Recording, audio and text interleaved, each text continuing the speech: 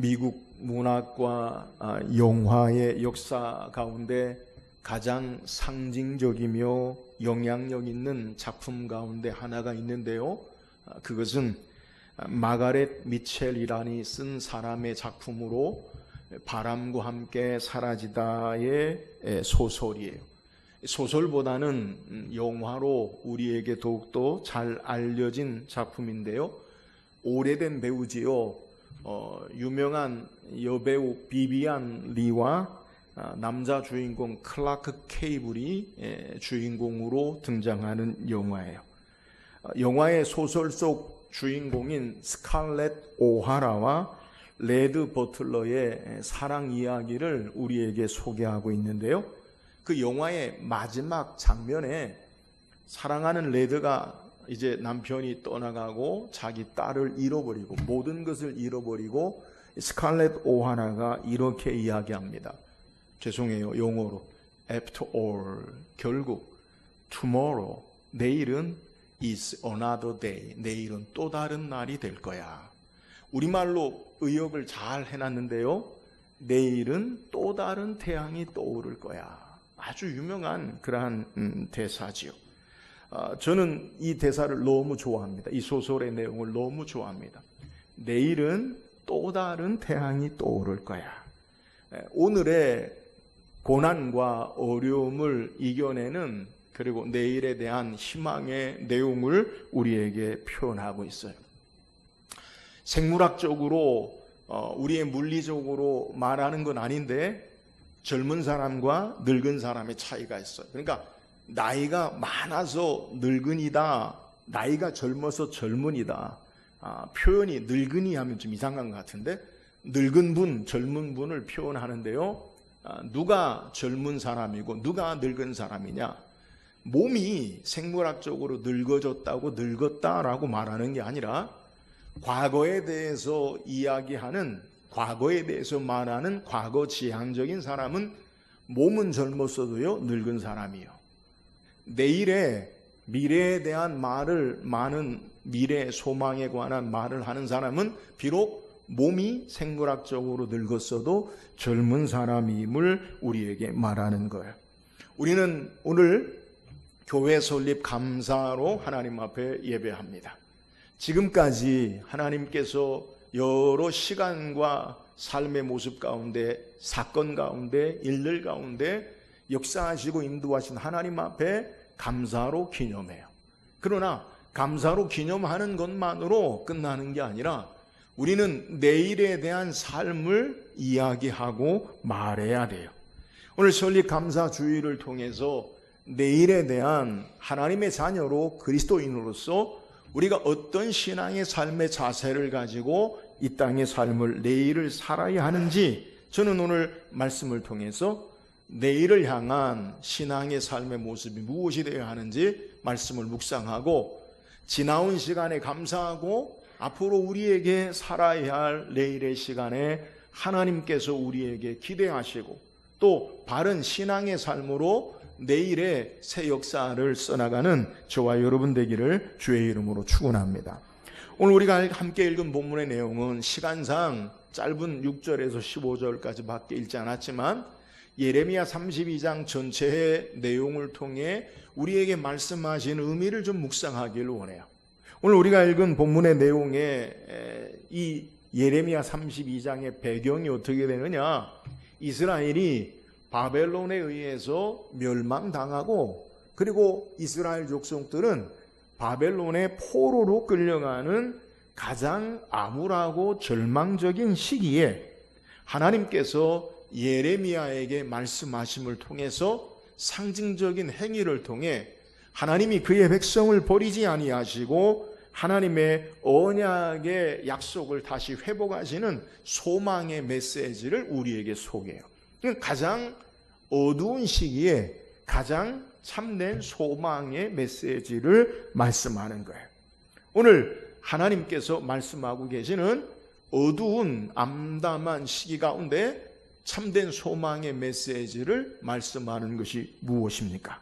오늘 우리가 다 읽지 않았지만 오늘 예레미야가 어떤 모습 가운데 하나님 말씀을 받았느냐? 왕의 시위대 뜰에 감옥에 갇혀 있을 때 하나님 말씀이 예레미야에게 임해요. 그리고 자신의 삼촌 숙부 살롬의 아들 하나야멜이 와서 말하기를 아나돗에 있는 밭을 사라라고 그렇게 말하는 거예요. 그런데 이 아나돗의 밭을 사라고 숙부 조카인 하나멜이 그에게 오기 전에 이미 하나님께서 말씀하세요. 본문을 이해하기 위해서 우리가 좀 더 말씀을 배경을 이해하면 32장 1절 2절에 보니까 유다의 시드기야 왕 열째 곧 느부갓네살 18째 해에 여호와의 말씀이 예레미야에게 임하니라. 그때 바벨론 군대는 예루살렘을 에워싸고 선지자 예레미야는 유다의 궁중에 있는 시위대 뜰에 갇혔으니, 성경은 먼저 예레미야가 지금 어느 시기 어느 사건 가운데서 하나님 말씀을 받았느냐, 이것을 우리에게 소개해요. 유다의 마지막 왕은요, 오늘 시드기야 왕이에요. 시드기야 왕은 주전 586년에 바벨론에 의해서 나라가 망하고 눈이 뽑히고 포로로 끌려가는 아픔을 당한 그 왕이에요. 근데 지금 예레미야에게 하나님 말씀이 임한 곳이 어느 곳이냐? 왕의 시위대 뜰에. 언제 임했느냐? 예레미야가 감옥에 있을 때에 시드기야 왕 10년째에 하나님의 말씀이 예레미야가 임했어요. 근데 이스라엘이 언제 망하느냐? 시드기야 왕 11년에 망해요. 그러니까 망하기 1년 전에 예레미야에게 하나님 말씀이 임하는 것을 우리에게 소개하는 거예요. 그러면 왜 예레미야는 지금 왕의 감옥에 갇혔느냐? 바벨론이 시드기야 왕 9년째부터 예루살렘을 포위해요. 그러니까 11년, 3년 있다가 망하는데, 그 망하기 전 9년째에 바벨론이 예루살렘 성을 포위하고 토성을 쌓고 문들을, 이 성을 아무도 빠져나가지 못하도록 포위하고 그렇게 전쟁을 하는 시기에 하나님께서 예레미야를 통해서 이스라엘 백성에게 말하기를 바벨론에게 항복하라. 너희가 하나님 말씀을 버리고 우상을 섬기는 그 죄악으로 말미암아 지금 징계에 망하는 것을 너희의 하나님이 너희에게 원하는 뜻이다. 그러나 포로로 끌려갔다 할지라도 하나님께서 너희를 완전히 망하게 하시는 것이 아니라 다시 하나님의 구원의 역사를 이루신다. 근데 지금은 항복하고 망하는 것이 하나님의 뜻이다. 이스라엘 백성이나 왕은 예레미야의 말을 받을 수 없어요. 하나님 말씀이라도 지금 우리가 이긴다, 우리가 싸우자 이렇게 말해도 부족한데 망한다라고 말하니까요, 이 예레미야를 감옥에 집어쳐넣었어요. 더더욱 예레미야와 다르게 거짓 선지자들은 말하기를 하나님이 우리와 함께 하시니까 우리는 이긴다. 거짓 하나님의 예언을 말해요. 하나님은 전혀 이스라엘이 이긴다고 말하지 않음에도 불구하고 거짓 선지자들은 아닙니다. 우리가 이깁니다. 하나님이 우리를 버리지 않습니다. 하나님이 우리를 이기게 하십니다. 그러니까 왕이 예레미야를 왕의 감옥에 가두어 버렸어요. 이 시기에 이제 바로 1년 후면 바벨론에 의해서 예루살렘이 완전히 멸망하는 그 시기에 하나님의 말씀이 예레미야에게 임하는 거예요. 하나님 말씀을 바르게 전하다가 옥에 갇혔어요. 하나님 말씀으로 나라와 조국이, 민족이 망한다는 안타까운 아픈 절망의 소식의 어두운 현실 가운데 하나님 말씀이 예레미야에게 말씀하시기를 너는 너의 숙부 아나돗의 밭을 내가 사라라고 이야기하는 거예요. 그래서 실제 이 숙부의 조카였던 하나멜이 와서 아나돗의 밭을 사라. 그 왜 숙부의 밭을 사냐? 이스라엘에게는 고엘이라는 제도가 있는데 가까운 친척 가운데 어려운 지경에 당한 것들을 대신 그것을 갚아주고 상속하는 그러한 의미가 바로 고엘 제도라는 거예요. 그러니까 각 지파나 가문의 땅을 그 친족이 값을 지불하고 사주는 제도예요.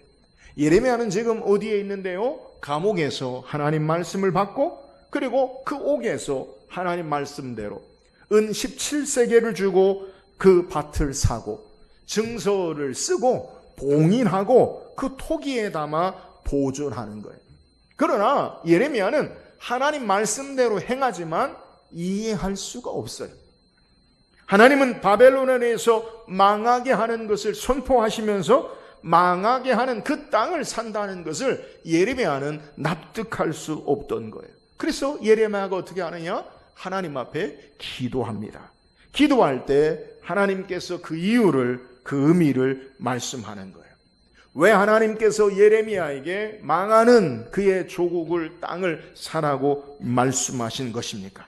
절망적인 상황 가운데 땅을, 밭을 사라고 말씀하시는 의미를 우리가 살피고 내일을 살아야 하는 신앙의 참된 자세가 무엇인지 우리가 말씀을 통해 의뢰 나누길 원해요. 그렇다면 하나님께서 밭을 사라고 말씀하신 이유가 무엇이냐?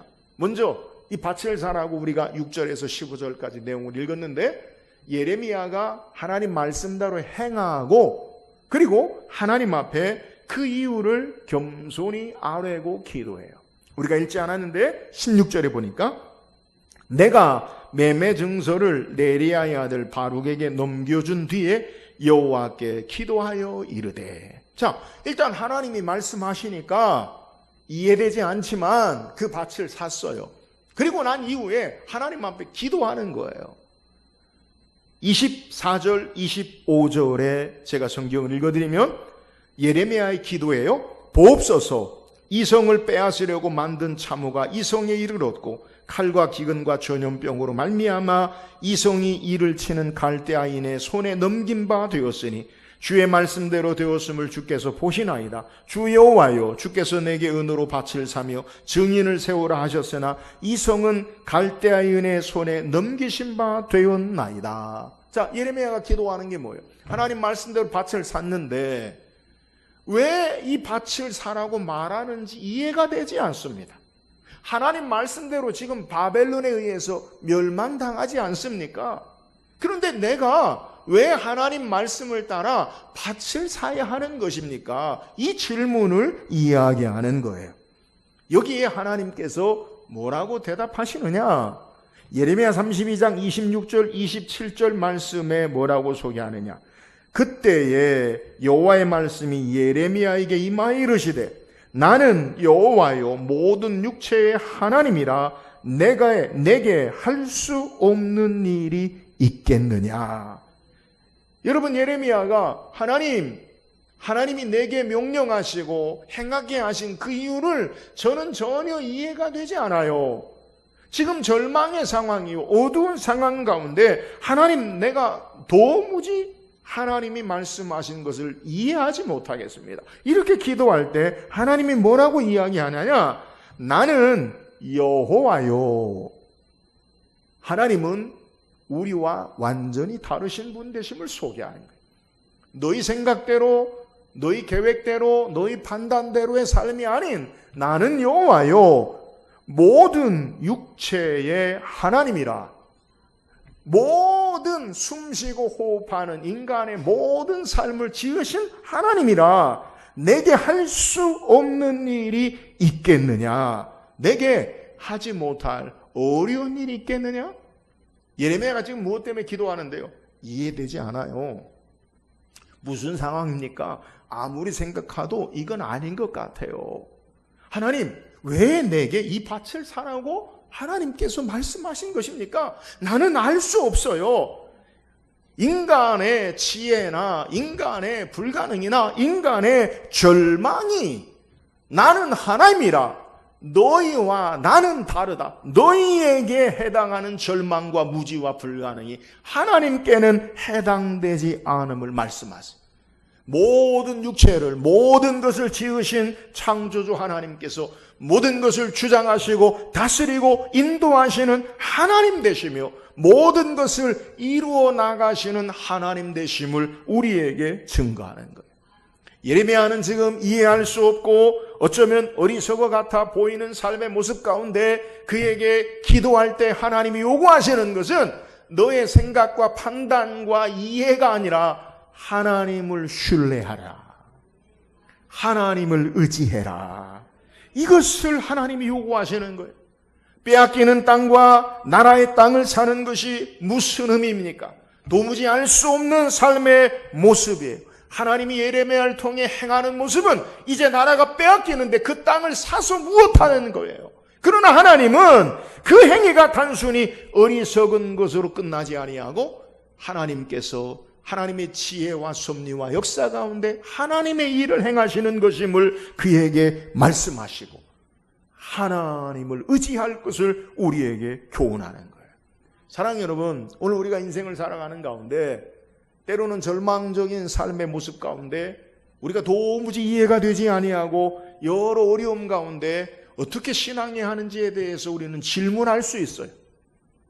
하나님 이해되지 않아요. 하나님 내 인생에 왜 이런 일이 일어납니까? 하나님 나에게 말씀하신 대로 내게 원하시는 것을 하나님 내가 알지 못하겠어요. 그렇게 하나님 앞에 질문할 수 있어요. 이때 하나님께서 우리에게 주시는 예레미야를 통해 교훈하시는 답이 뭡니까?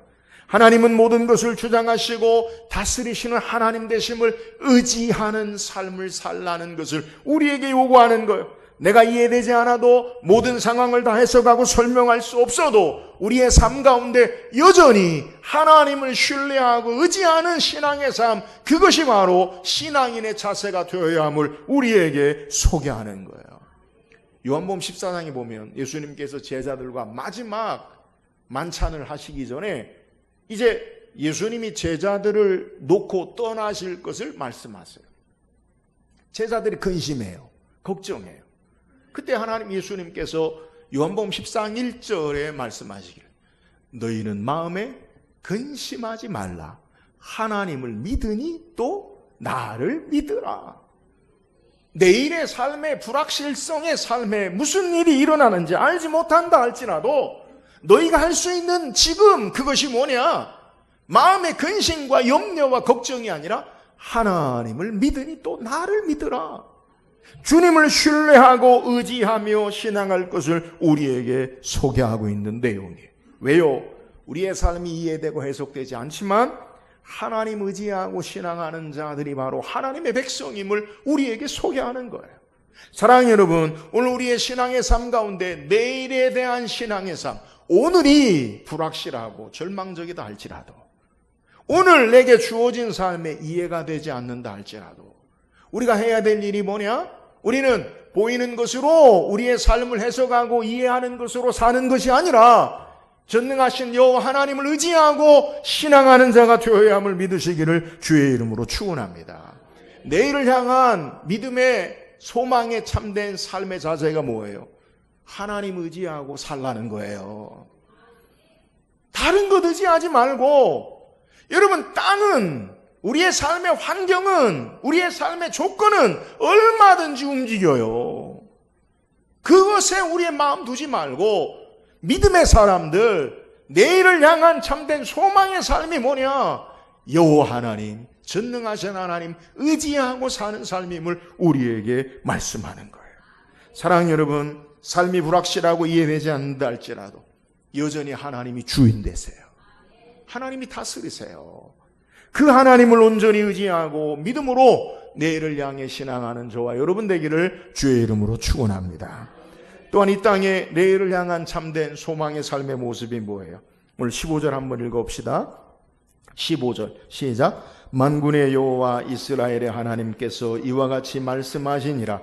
사람이 이 땅에서 집과 포도원을 다시 사게 되리라 하셨다 하니라. 자, 하나님께서 예레미야에게 지금 나라가 땅이 멸망당하고 짓밟히는데 다시 그 밭을 사라고 말씀하신 이유가 뭐냐? 그것은 망하는 것으로 빼앗기는 것으로 끝나지 아니하고 하나님께서 다시 회복하게 하신다.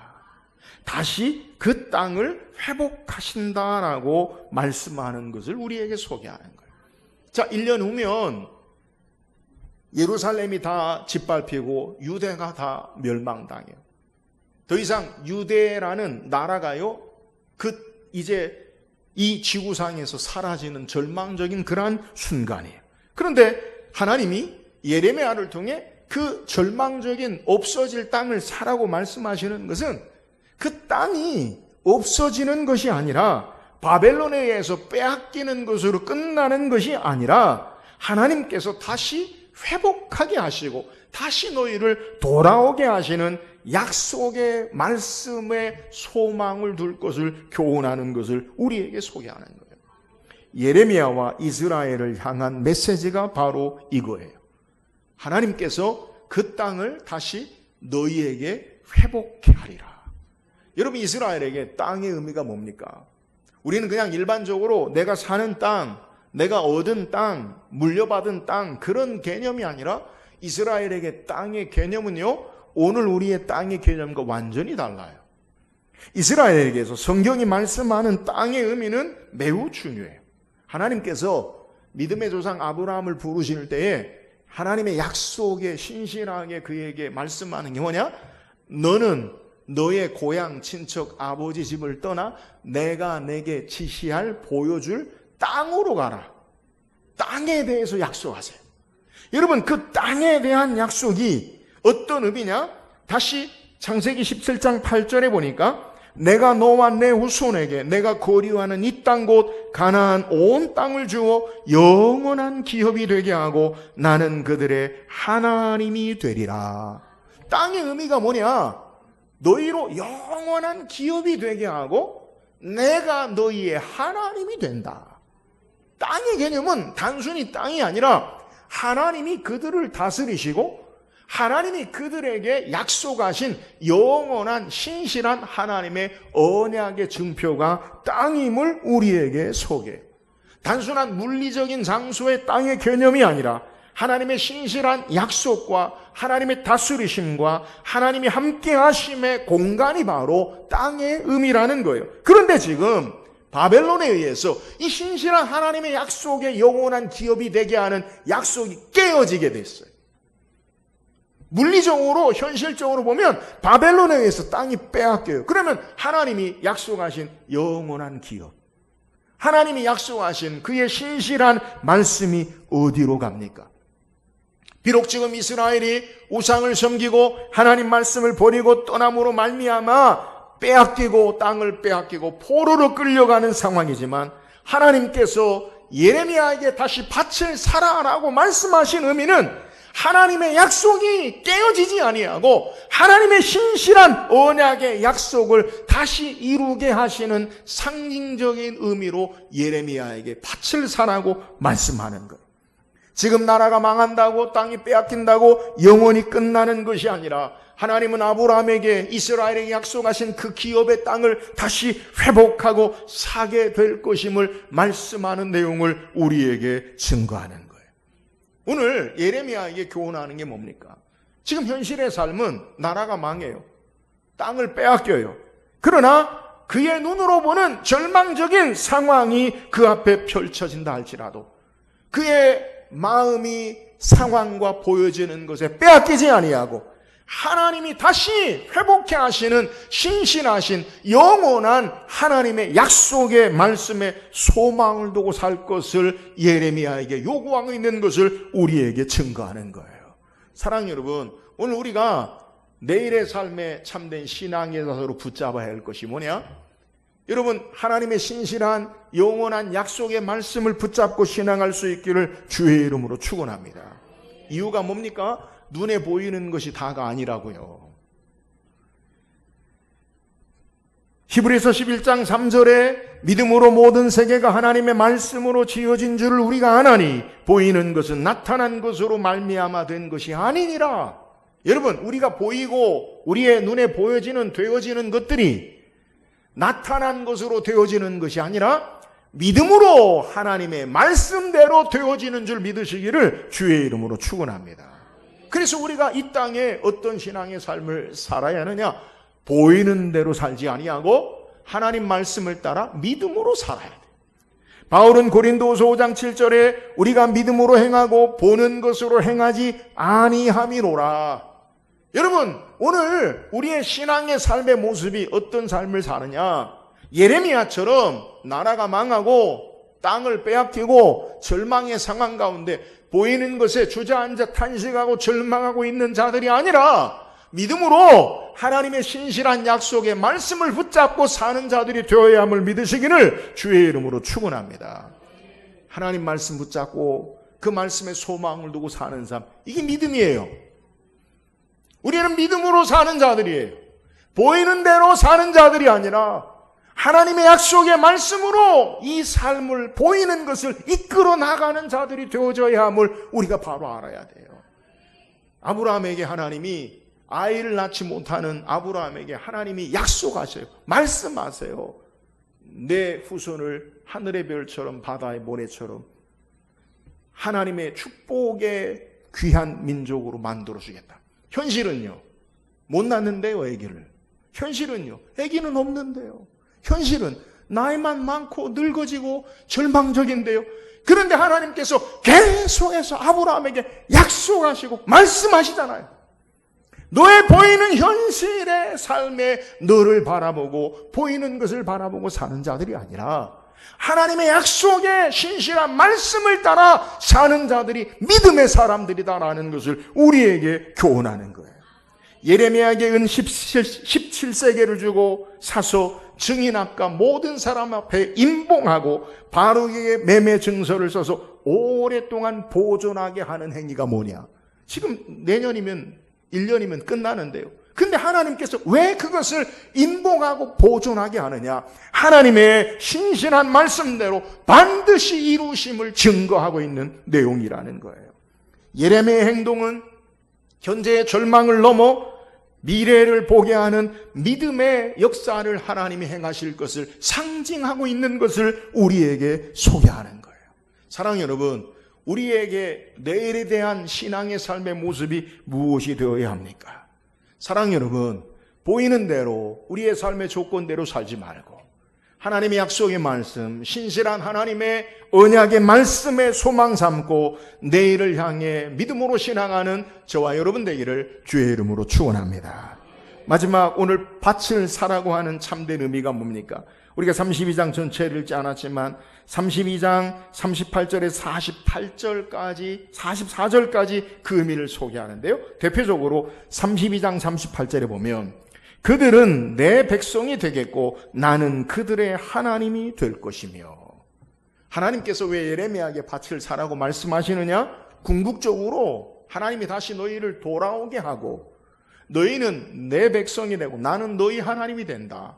신실한 하나님의 약속. 그런데 이제는 하나님이 십계명의 두 돌판에 하나님 백성으로 지켜야 할 것을 주지 아니하고 너희 마음에 하나님의 언약을 마음에 두고 하나님 백성으로 이제 하나님을 영원토록 떠나지 아니하고 하나님을 경외하고 하나님을 예배하고 축복을 누리는 자들로 살도록 너희를 회복해 하겠다.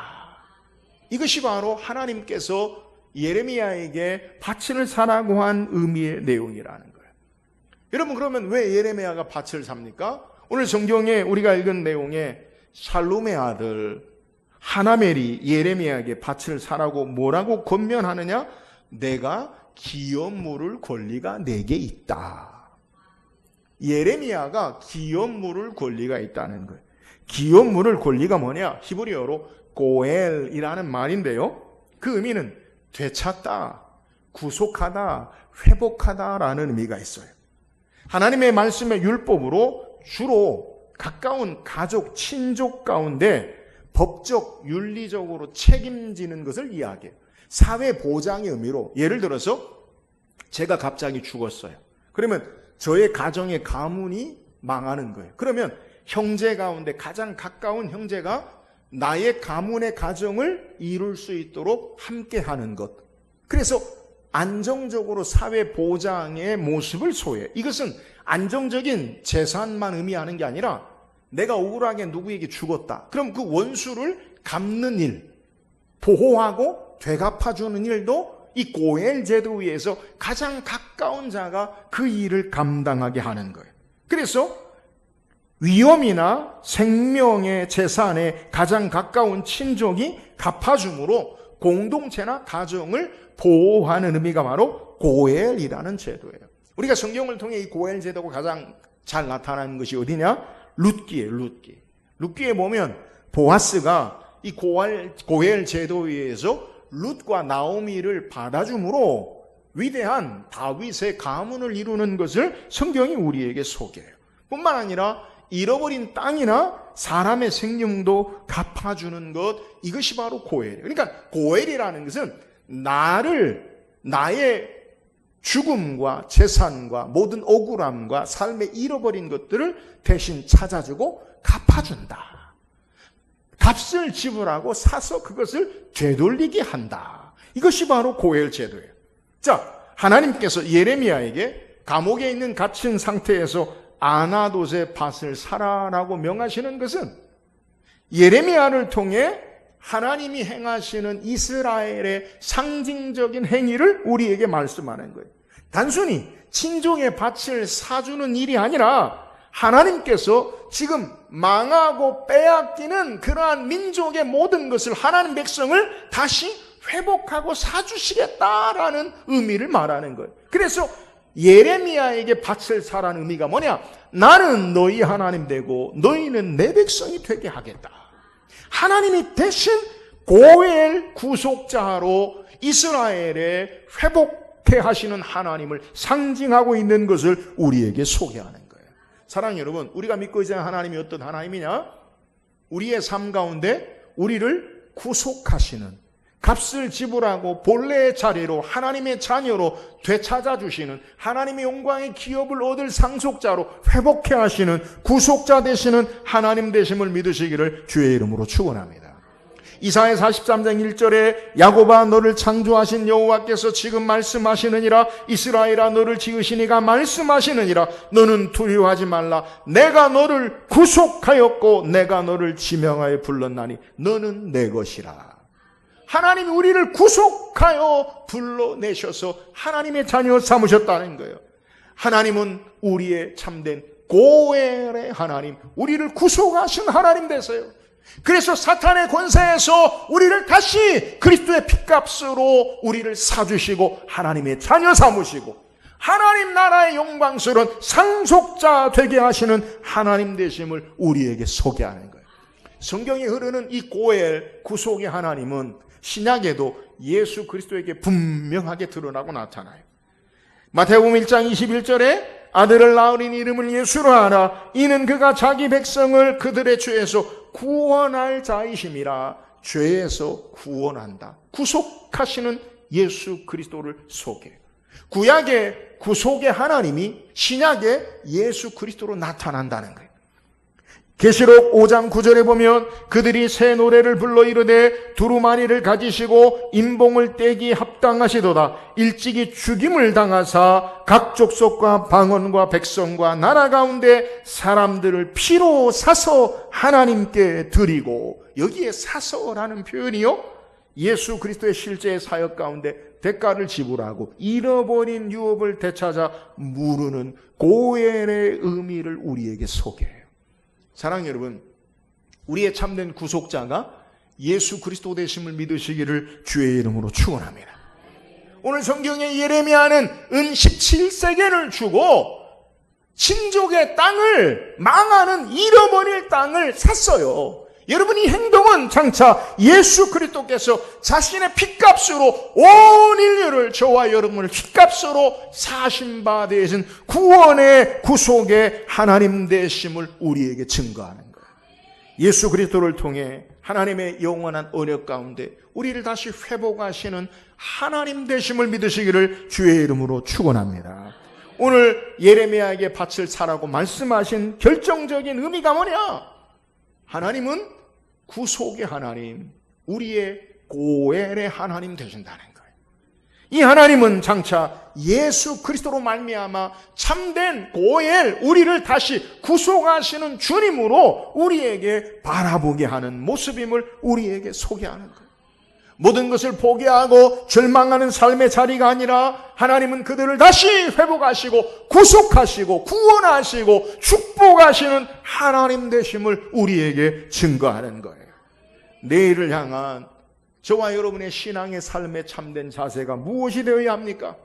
지금은 때로는 잠시 받는 환난이나 고난이 있다 할지라도 하나님 우리를 다 반드시 하나님이 우리의 구속주가 되시고 하나님 우리를 회복하시고 영원한 하나님 나라의 축복의 상속자로 회복하시고 구속하시는 주님 소망 삼고 신앙하는 저와 여러분 되기를 주의 이름으로 축원합니다. 내일의 삶은 어떻게 살아야 돼요? 주께서 우리를 구속하시고 회복하시는 것에 소망 삼아야 돼요. 하나님 나라 영광의 참된 구속의 구원의 역사를 바라보고 신앙하는 자가 되어져야 된다는 거예요. 사랑하는 여러분, 우리의 모든 삶에 참된 구속자 되시는 예수 그리스도를 믿고 내일의 소망 가운데 믿음으로 승리하며 나가는 우리 모든 성도 되기를 주의 이름으로 축원합니다. 오늘 성경 우리에게 믿음으로 내일을 사는 신앙의 모습을 소개해요. 예레미야가 아나돗에 있는 밭을 사는 행위가 뭡니까? 전혀 이해되지 않는, 예레미야 자신도 선지자도 알 수 없고 절망적인 삶의 행위예요. 그런 하나님께서 예레미야를 통해 행하신 이유가 뭐냐? 우리의 절망과 무지와 이해되지 않는 삶의 모습 가운데 해석되지 않는다 할지라도 내일을 향한 신앙의 삶의 자세는 하나님을 온전히 신뢰하고 살아라. 사랑하는 여러분, 오늘 내일을 사는 삶의 신앙의 자세가 우리의 삶이 이해되지 않고 알 수 없어도 온전히 살아계신 전능하신 하나님 의지하고 신앙하는 저와 여러분 되기를 주의 이름으로 축원합니다. 예레미야가 아나돗에 있는 밭을 사라고 말씀하신 의미가 뭐예요? 절망의 상황에 주저앉아 있지 말고 환경과 조건 가운데 너의 삶이 있는 것이 아니라 하나님의 신실한 약속을 믿음으로 신앙하는 삶을 살아라.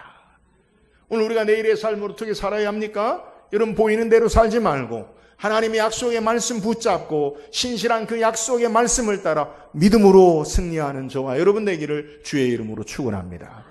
내일을 향한 참된 신앙의 삶의 자세가 무엇이 되어야 합니까? 예수 그리스도가 우리의 구속주가 되세요.